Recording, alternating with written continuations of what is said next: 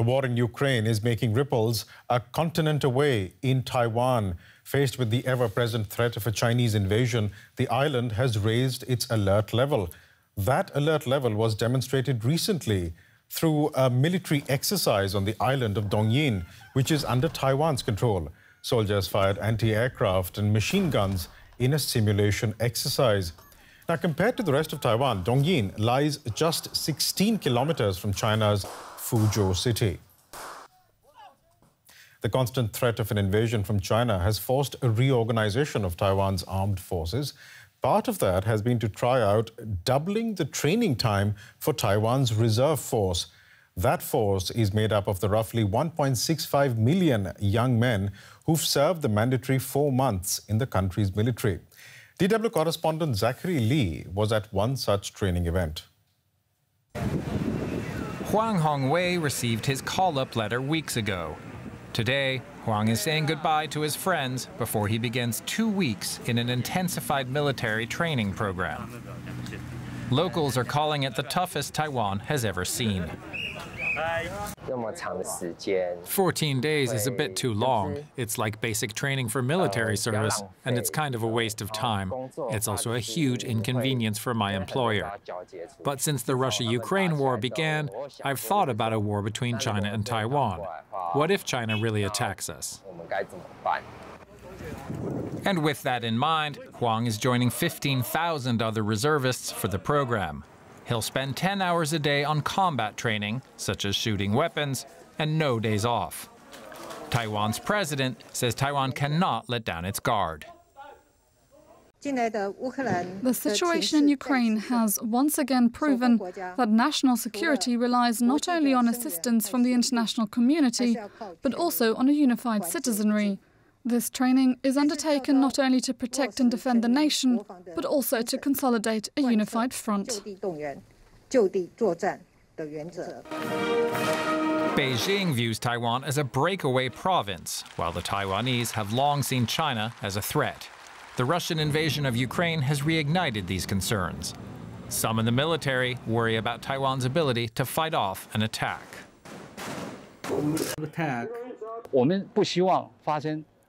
We don't want to see a situation like the one in Ukraine here, so we must be strong and perform well in each of our roles. We need to be able to refine our skills. This is the most important purpose of the training program. Russia's war against Ukraine can be seen as a wake-up call for Taiwan. People here are already concerned about the threat from China, and Beijing has given tacit approval to the Russian invasion. Doubling training time for thousands of reservists is only the first step. Further defensive moves are expected. Earlier this year, Taiwan reported the largest incursion of Chinese Air Force jets in months. Experts here say it needs to improve its security. Taiwan is surrounded by the ocean. 99.7% of our goods are imported from overseas. If the People's Liberation Army were to block Taiwan by cutting off shipping lanes and operationalizing air-sea battle, the threat is clear and urgent.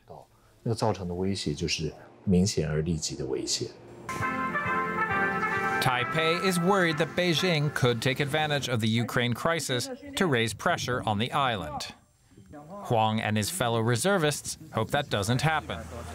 But they'll be ready if and when it does.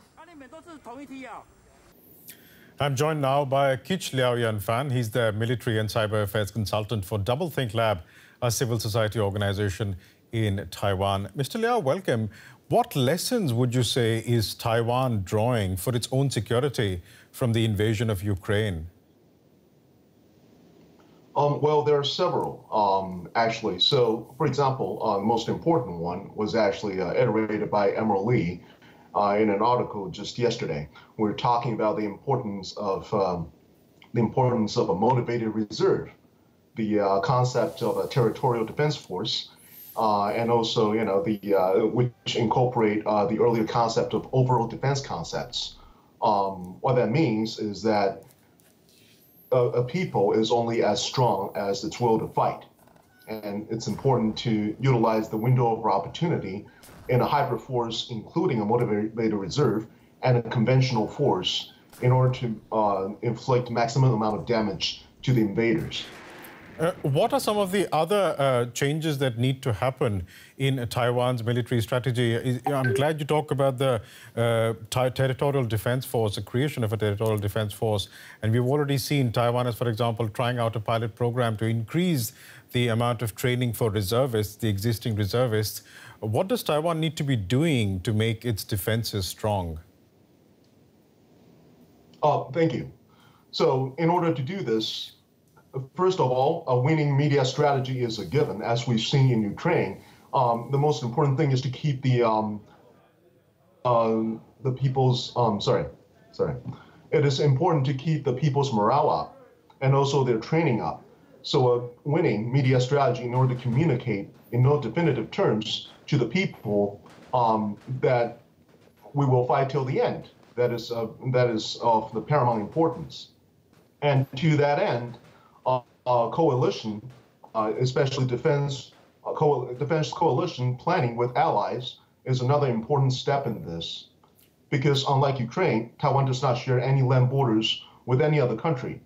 Any help, any assistance to Taiwan would have to come from overseas. And that brings us to the importance of another aspect in Taiwan's potential war, which is called the war reserve stock that has been discussed before, which basically talks about putting munitions and other reserves in Taiwan, but not under the control of Taiwan before the beginning of the conflict. I'd just like to talk about the United States here. I mean, the United States is the biggest arms supplier for Taiwan and is also bound to Taiwan by the Taiwan Relations Act. How do Taiwanese military planners factor in the United States in any potential invasion scenario? Thank you. Well, currently, Taiwan has its own plan to actually conduct its own defense without having a support from the U.S. It is, of course, welcomed, and in the grand scheme of things, a U.S. support eventually be required. And this brings us to another very important aspect of the lessons learned from Ukraine, which is coalition planning. Right.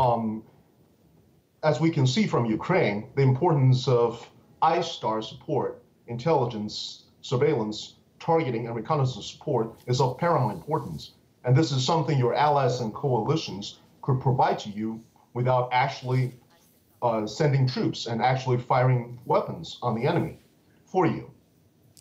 Briefly, another aspect that the U.S. Sorry, I'm interrupting. I just wanted to sort of sum up what you were saying. Briefly, if you could tell us, do you think all this will be enough for Taiwan to defend itself against any Chinese attack? If it were done, actually, to a certain degree, yes, I believe this would be enough. However, the vagaries of war, the fog of war, means that we could only do the best we can. And the most important aspect of all of this, I would say, is the will of the people. Clearly put there. Kich Liao Yanfan from a Double Think Lab, a civil society organization in Taiwan. Thank you so much, sir, for joining us today. Thank you.